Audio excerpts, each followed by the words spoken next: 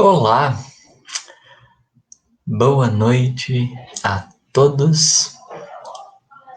É um prazer estar aqui hoje, participando nesse momento de estudo. Agradeço imensamente ao convite dos nossos irmãozinhos queridos e eu espero poder contribuir com alegria nessa noite de hoje. Vou aguardar alguns minutinhos apenas para caso alguém queira acompanhar, entrar, possa ter a oportunidade.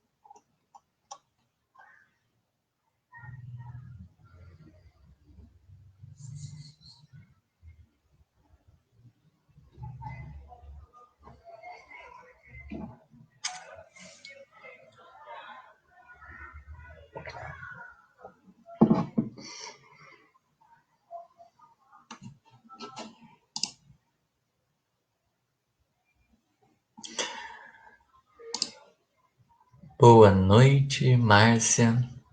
Deus abençoe grandemente seu coração.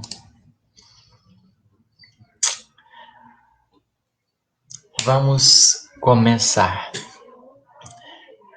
Como de costume, como recomenda-nos Santo Agostinho, antes e após as nossas atividades, ele indica-nos como uma preciosidade a gente fazer uma oração, rogando a inspiração, rogando amparo, rogando auxílio do plano maior. Eu peço licença para orar, para fazer uma singela prece a fim de nós iniciarmos o nosso estudo da noite. Senhor Jesus, te agradeço do fundo do coração a confiança no meu espírito. Obrigado pela oportunidade de estar aqui. Sei que é uma dádiva preciosíssima, significa muito, que eu possa ser digno de falar do teu evangelho, expressando por meio da minha alma essas lições de verdade, de vida e de abundante amor. Cuida de todo mundo que assistir, os que não assistir, enfim, de todos os coraçõezinhos queridos que estão na terra e fora dela. Que o teu amor, que o teu amparo possa ser o combustível vital para as nossas realizações, que baseados em ti possamos caminhar na terra, procurando sobretudo evoluir e crescer cada vez mais. Que os espíritos de luz, Chico Xavier, Bezerra de Menezes, Eurípides Barçanufo, São Francisco de Assis, Lívia, Alcione, Célia e um tantão de gente boa possam estar conosco aqui nessa noite de hoje. Obrigado por tudo, que assim seja. Então, vamos lá. Mais uma vez, boa noite a todos. O meu nome é Vitor, mas eu gosto de ser chamado de menino. Eu agradeço a Marina pelo auxílio, pelo convite e espero poder contribuir com alegria para essa noite de hoje ser um momento de luz, um instante onde a gente se sinta próximo ao Cristo. A proposta nossa hoje é falar sobre o tema Sigamos Compreendendo. Sigamos compreendendo. Na verdade, se trata de uma mensagem de Emmanuel, do livro Palavras de Vida Eterna, do capítulo 21. O título da mensagem é Compreendendo. E como a gente, assim, estudando Emmanuel, a gente começa a perceber, os títulos são muito significativos. Eles são como que um norte, uma diretriz, uma orientação para que a gente possa compreender melhor o conteúdo que será proposto no comentário da, das citações evangélicas. E eu acho curioso porque há alguns títulos que de primeira a gente não consegue fazer uma ligação, uma conexão direta com o, a passagem evangélica. Às vezes a gente precisa ler a mensagem mais um pouquinho para entender melhor aquilo que está sendo proposto, aquilo que está sendo falado. E aqui, nesse título, Compreendendo, Emmanuel, ele vai trazer Paulo, na segunda carta aos Coríntios, capítulo 4, versículo 7, quando Paulo diz assim: temos, porém, esse tesouro em vasos de barro, para que a excelência do poder seja de Deus e não de nós. Esse é o pensamento de Paulo que Emmanuel traz, que está na segunda carta aos Coríntios, capítulo 4, versículo 7. E é uma fala interessante de Paulo, que a gente vai ter que dissecá-la em primeiro momento, para que a gente consiga, o máximo possível, entender toda a construção, todo o investimento de Emmanuel. Como eu disse, se a gente parar para observar, se a gente olhar o título e a referência evangélica, essa fala de Paulo, talvez a gente não encontre de pronto uma ligação assim mais fácil de ser percebida. Mas quando a gente for ler a mensagem, no finalzinho dela, vai dar para a gente já subentender o porquê desse título. Por que que Emmanuel coloca o verbo compreender no gerúndio, que dá essa ideia de continuidade. É uma ação contínua, que não acabou. A gente está compreendendo. Passa os dias, passa as noites, passa as vidas, a gente está compreendendo esse assunto que ele aqui vai tratar. Então vamos analisar agora mais prontamente o que Paulo traz.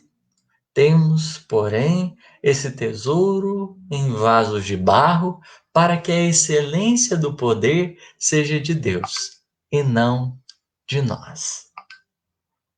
É uma fala que a gente, quando começa a estudar, a gente vai ver que Paulo ali está fazendo algumas referências cruzadas. A gente pode ligar, conectar com outras passagens do texto das Escrituras, do Antigo e do Novo Testamento. Essa fala de Paulo, ela é um discurso que dialoga com outros discursos já então mencionados em outros livros do Antigo Testamento. E eu acho necessário a gente ter atenção a duas coisas nessa passagem. Paulo fala do vaso e fala do tesouro. Aqui são as duas coisas que ele faz questão de chamar a nossa atenção. O vaso e o tesouro. Quem seria o vaso? O que seria esse tesouro? Vamos então pensar um pouquinho. A partir dos estudos, a gente vai lembrar do vaso lá em Gênesis, mas não na forma de vaso, porque o vaso, a princípio, é terra.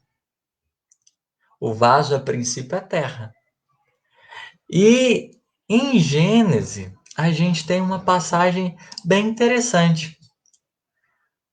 Quando Deus foi formar o homem tinha uma estrutura. Dentro da analogia proposta do Antigo Testamento, o homem ele tinha uma estrutura. Diz assim, no segundo capítulo, versículo 7. E formou o Senhor Deus o homem do pó da terra, e soprou em suas narinas o fôlego da vida. E o homem foi feito alma vivente. Então, esse vaso de barro está falando do quê? De nós. Porque, conforme a analogia proposta em Gênesis, nós fomos formados desse pó da terra, que nas mãos do oleiro se tornou vaso. Mas da onde que surge mais propriamente o vaso? Se a gente falou da terra, do pó da terra, que é o princípio, quem que executou esse processo e aonde que esse processo está nas escrituras para que a gente possa avaliar? A gente vai lá em Jeremias, lá no capítulo 18, versículo de 1 a 6. Jeremias ele vai ser intuído pela palavra do Senhor a ir até a casa do oleiro. O Senhor diz para ele o seguinte, levanta-te e desce à casa do oleiro. E eis que ele estava fazendo a sua obra sobre as rodas, como o vaso que ele fazia de barro, quebrou-se na mão do oleiro. Tornou a fazer dele outro vaso, conforme o que apareceu, bem aos olhos do oleiro fazer. Aqui a gente tem a situação. O Jeremias é inspirado a ir na casa do oleiro, chega lá e ele vê, ele narra que ele foi para a casa do oleiro e viu que o oleiro trabalhava ali, tanto com os pés quanto com as mãos. Ele estava ali moldando, só que o vaso quebra. O vaso quebra. E nesse momento, de novo, a inspiração divina comunica-se com Jeremias e fala para ele: Não poderei eu fazer de vós como esse oleiro, a casa de Israel? Aqui é interessante porque Jeremias é um profeta e ele tinha uma missão muito belíssima frente ao povo de Israel. E por isso mesmo, o Senhor o guiava, o inspirando, para que ele pudesse compreender. Ele passou por várias dificuldades, várias aflições, e por vezes ele se mostrava um tanto que frustrado em relação à casa de Israel. E aí é como se a providência divina viesse responder à intimidade dele, trazendo a analogia do vaso, que mesmo quando quebra, o oleiro ele pode fazer o quê? Ele pode jogar de novo, amontoar de novo aquela matéria-prima e recomeçar o processo até que ele consiga terminar a obra em curso. Mas é daqui, dessa referência que Paulo vai buscar, então, essa questão do, do vaso. Nós somos o vaso, estamos na mão do oleiro. Como Jeremias pôde perceber e o Senhor o orientou, ele está nos moldando com as suas mãos, assim, em analogia, generosas, ele está cuidando de nós. A gente vai lembrar dessa providência ativa que nos envolve, que ativamente está conosco. Então, nós, nessa passagem, nessa fala de Paulo, somos o vaso. E o Criador depositou em nós um tesouro. E o que seria esse tesouro? Eu trouxe aqui uma passagem do livro Caminho, Verdade e Vida de Emmanuel para responder a essa questão. É a mensagem de número 52, que tem como título Dons. E Emmanuel traz nessa passagem o comentário da carta de Tiago, capítulo 1, versículo 17, dizendo o seguinte: toda boa dádiva e todo dom perfeito vem do alto.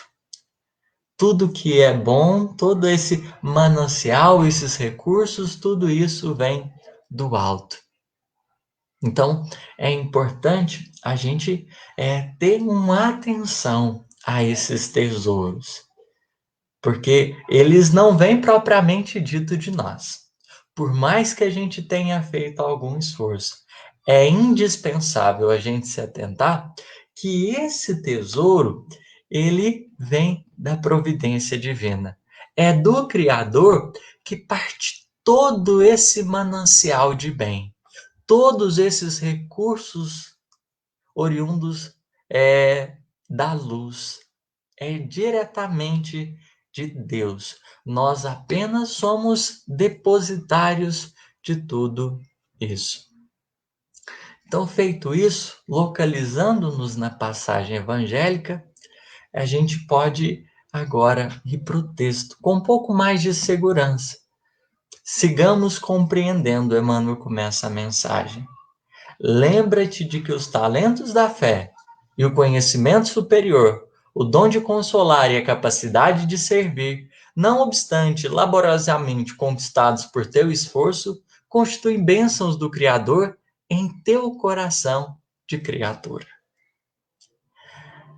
É como eu estava dizendo, aquilo que vem de bom, apesar de todo o nosso esforço, todo o nosso trabalho, vem do Criador como a bênção em favor do nosso coração.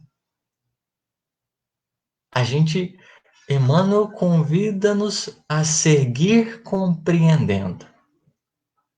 Seguir compreendendo. É essa lição que a gente não pode perder de vida. Que quanto mais o tempo passar, mais a gente precisa lembrar dela. Mais a gente precisa se atentar a ela. E é uma coisa que não resume-se de pronto. É um exercício de todo dia. Porque senão a gente pode incorrer em alguns erros frente à vida que a gente leva e frente ao bem que possivelmente a gente realiza. Emmanuel vai prosseguir dizendo: não te furtes desse modo a lavoura do bem, a pretexto de te sentires ainda sob a influência do mal. A gente pode compreender essa frase com outras palavras. Às vezes, por a gente começar a reconhecer, então, que Deus, Ele é o Criador de todo esse bem, de todo esse amor, de toda essa luz, de toda essa paz, a gente pode pensar, o que sobra para nós? O que sobra para nós? Se de Deus vem todo o bem e tudo que é bom, de nós vem o quê? Por isso, Emmanuel, ele vai destacar isso. Não te furtes desse modo a lavoura do bem, a pretexto de te sentires ainda sob a influência do mal.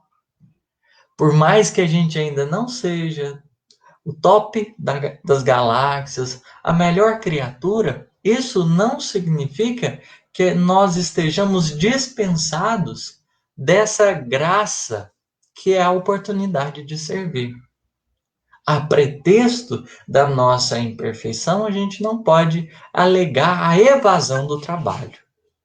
E aí ele continua: até alcançarmos triunfo pleno sobre os nossos desejos malsãos, sofreremos na vida, seja no corpo de carne ou além dele, os flagelos da tentação.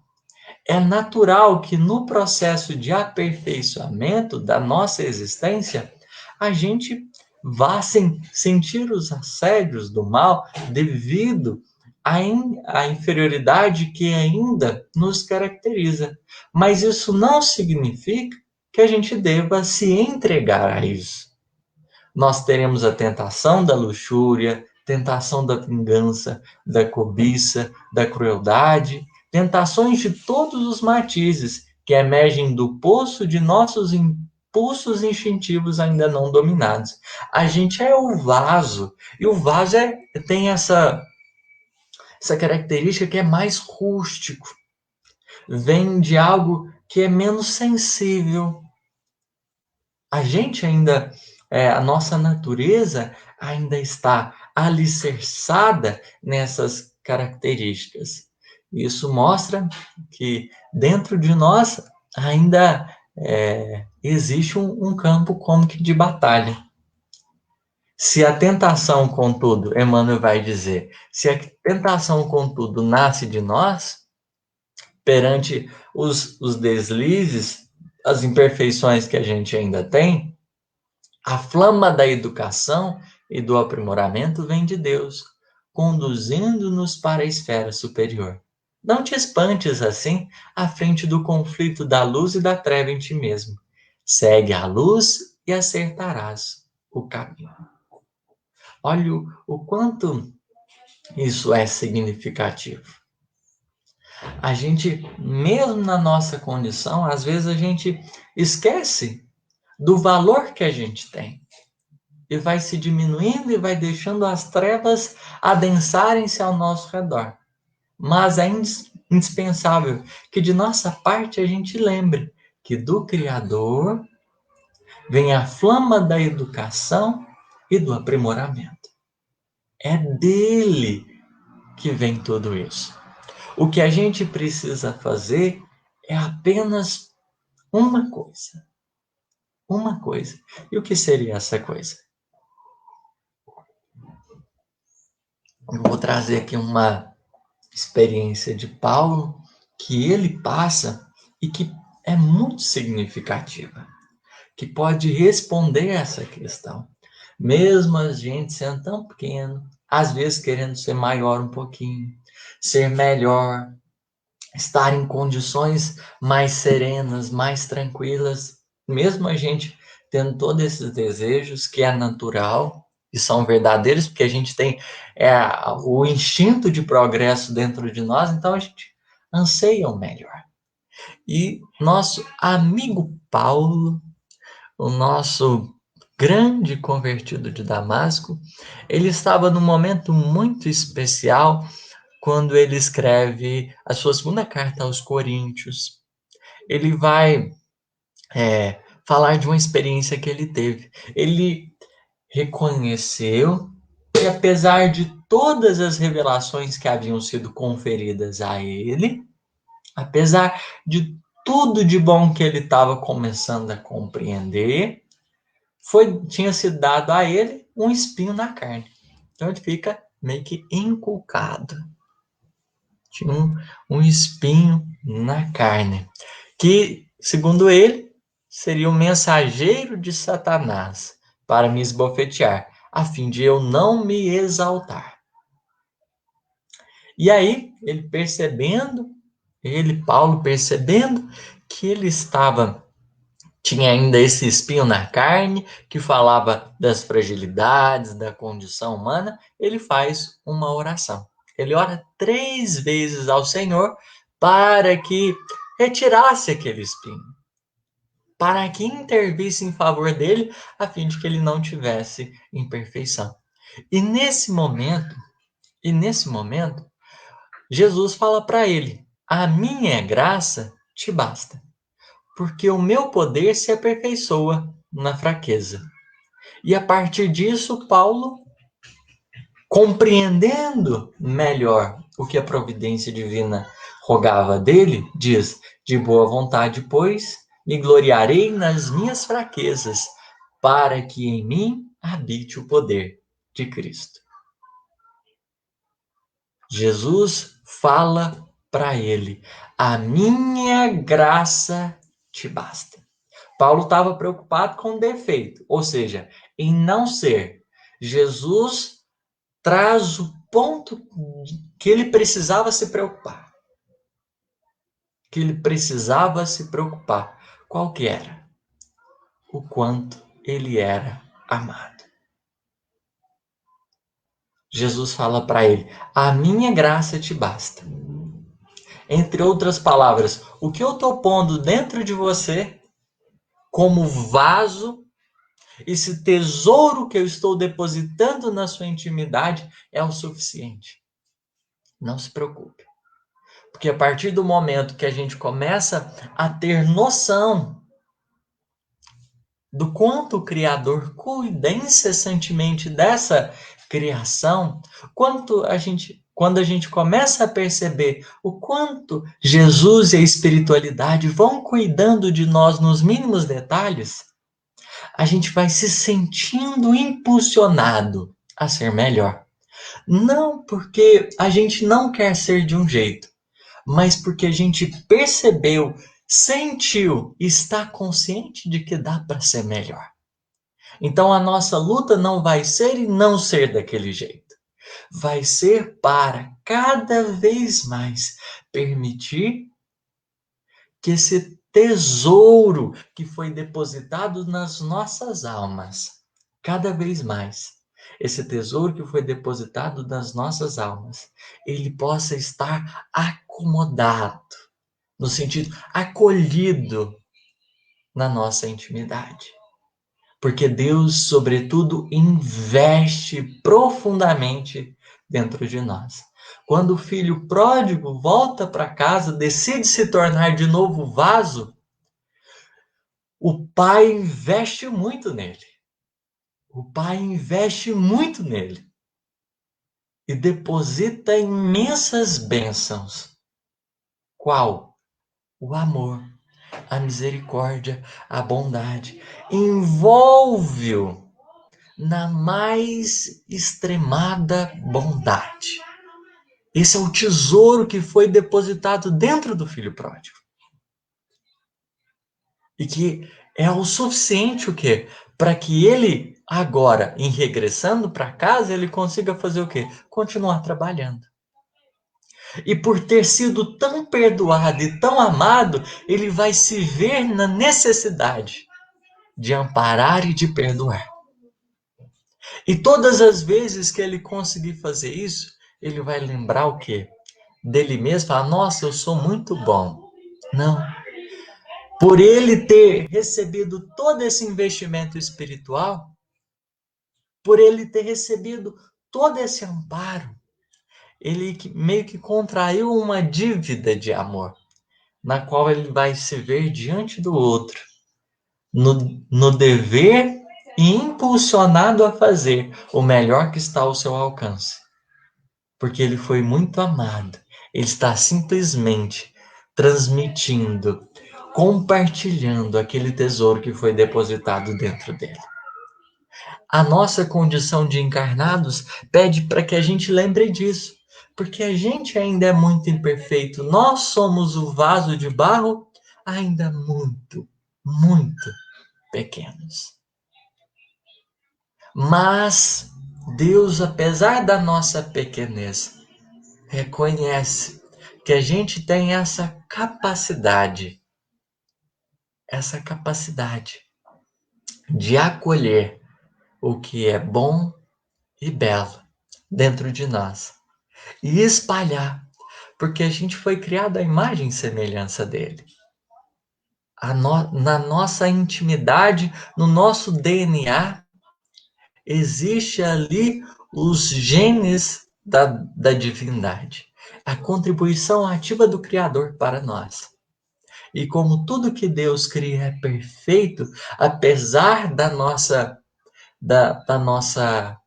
atual condição, nós detemos em nós potenciais e recursos muito grandes.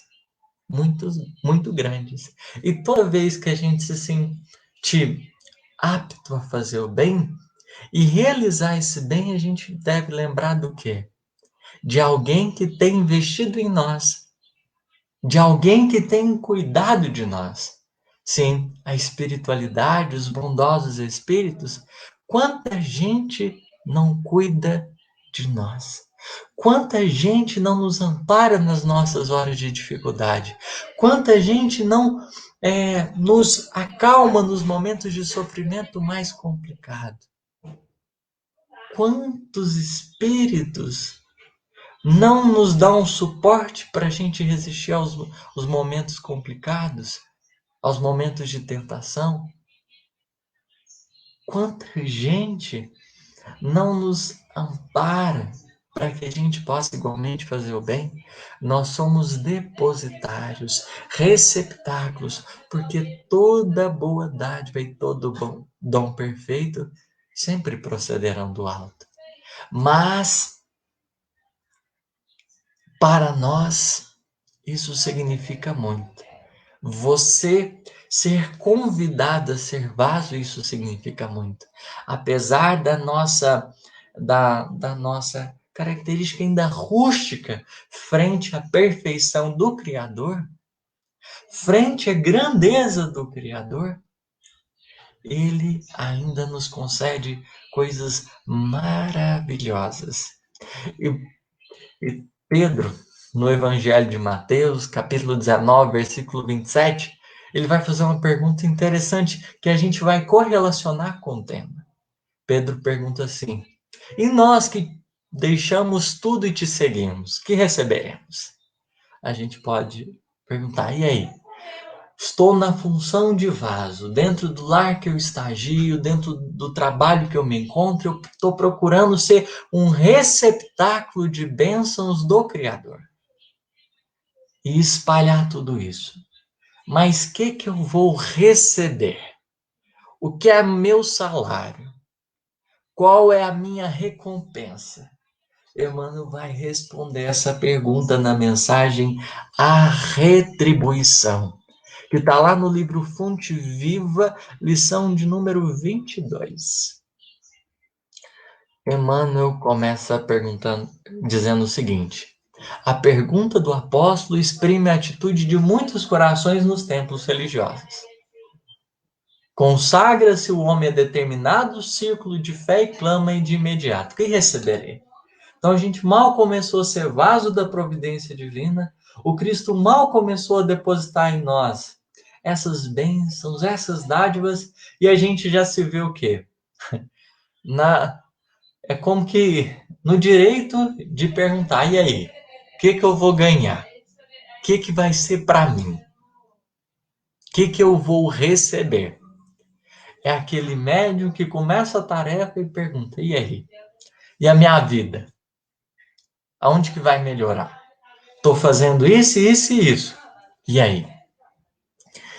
E é onde Emmanuel vai dizer: a resposta, porém, se derrama silenciosa através da própria vida. Então, de forma silenciosa, a gente vai conseguir perceber. E Emmanuel agora vai citar um exemplo da natureza. Porque a natureza é a voz silenciosa do Criador que abundantemente testemunha o Senhor. Que recebe o grão maduro após a colheita? O triturador que o ajuda a purificar-se. Que prêmio se reserva a farinha alva e nobre? O fermento que transforma para a utilidade geral. Que privilégio caracteriza o pão depois do forno? A graça de servir. Nós, com esse exemplo de Emmanuel, a gente pode chegar a uma conclusão bastante preciosa. Deus cuida tanto de nós, tanto, vai nos moldando. Como barros em sua mão, ele nos transforma em vaso. E ele vai nos moldando. E em todo esse processo que a gente vai passando, como o grão que germina, que passa por todas as etapas, depois da